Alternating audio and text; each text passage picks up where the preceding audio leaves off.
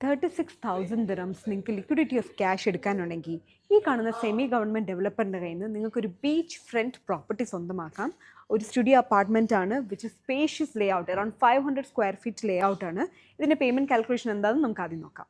ഇതൊരു beach front പ്രോപ്പർട്ടിയാണ്. Again semi government ഡെവലപ്പറിൽ നിന്നാണ്. ഇവിടെ സ്റ്റുഡിയോ അപ്പാർട്ട്മെൻറ്റ് സൈസ് വരുന്നത് അറൌണ്ട് 500 സ്ക്വയർ ഫീറ്റ് ആണ്. ഇതാണ് ഇപ്പോൾ ഒരു ദുബായിലുള്ള 1 ബെഡ്റൂമിൻ്റെ സ്ക്വയർ ഫീറ്റ് എന്ന് പറയുന്നത്. ഇതിൻ്റെ ടോട്ടൽ പ്രൈസ് വരുന്നത് അറൌണ്ട് 720,000 ദിറംസ്. ഇതിൻ്റെ പേയ്മെൻറ്റ് പ്ലാൻ ആണ് വൺ ഓഫ് ദ അട്രാക്റ്റീവ്. അതായത് നമുക്കൊരു post hand over payment plan ആണ് ഉള്ളത്.